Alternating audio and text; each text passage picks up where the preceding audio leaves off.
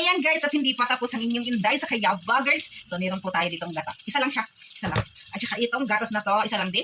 Yan, pwede na yan siya biklon guys. Biklon dyan. So meron tayong gata. So siguro alam nyo na kung anong gagawin ko dito guys. Sa mga hindi pa dyan nakakaalam guys, gagawa pala ako ng ano. O diba sinabi ko na. Yan, gagawa po tayo ng biko. Oh, diba? Biko ang gagawin ko ngayon. So pinatay ko muna yung apoy. Yan, kasi pinatay ko muna yung apoy guys kasi nasusunog yung kawali ko. So ayun. Gagawa ko ang biko. Ito na ang ating biko. Ang ating malagkit luto na siya. So ito naman ang ating gagawin ngayon. Buksan natin yung apoy. Ito lang yung style guys ng biko. Hindi naman kasi sila mahilig sa matamis masyado guys. No? Kaya isang gata at saka isang ano lang siya guys. Isang gatas. Gatas na olive flavor ang gagawin natin para pag-init yung biko natin. So ayan. Ito yung gagawin natin. Tilukin lang natin. Tilukin. Hindi sayang man. Tilukin lang. Okay. Ayan. Ayan lang natin, pakuluin muna natin ng konti. Abang meron po din akong niloto dito guys. O, ayan, piniritong isda. Ayan. Sinabay-sabay ko lang gagawin para, di ba sabay-sabay din matapos kaya gagawa pa ko ng tinapay. So, di ba? Ang inyong Inday. So, ayan, habang inaantay natin kumulo at magiging oil po ang ating ano, yung latik. So, bubuksan ko muna yung isang gatas. Ito yun, OB flavor. So, ayan, nakita niyo naman yan guys. So, mamaya ko kayo babalikan ha. Pagkatapos. Ayan guys, ayun pa at hindi pa ako tapos. Ito na naman, ang ating tintorang latik. Yung latik yan, OB latik. Para sa ating dito guys. So, ayan, palatikin pa natin yan ng maragya. Thank you for watching.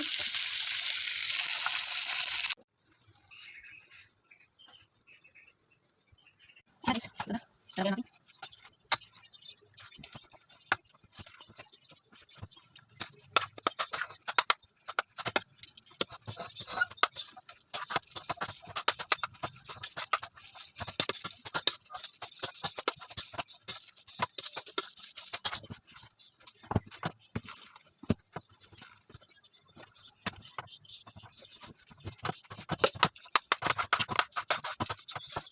Hindi naman dito kasi ito yung binakay. Ano naman yun?